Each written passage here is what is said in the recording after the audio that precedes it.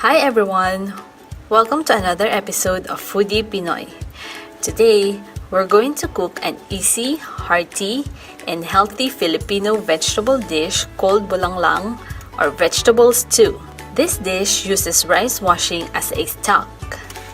Let's proceed with the cooking. We will need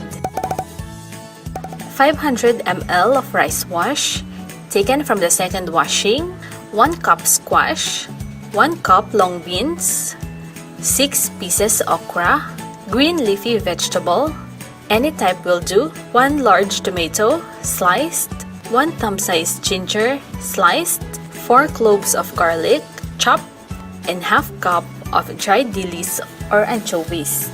This is optional. First, roast the dried dilis until crunchy. Set aside because we will use this later. This will add flavor to the vegetable, but if you do not prefer the fishy taste, you can cut this out. Pour in the rice washing in a pot. Add the tomato and bring to boil. Once the tomato soften, add the string beans.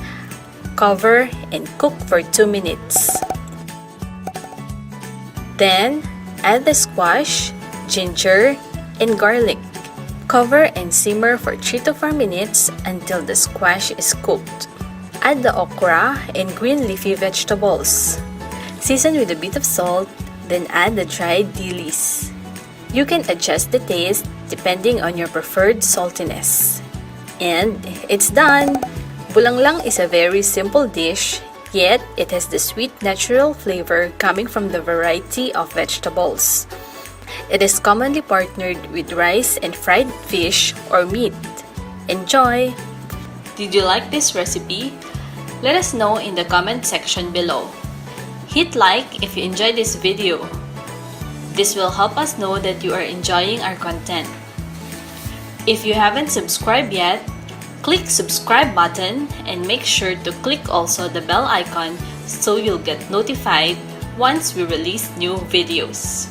Until next time, this is Foodie Pinoy saying goodbye and it's a wrap!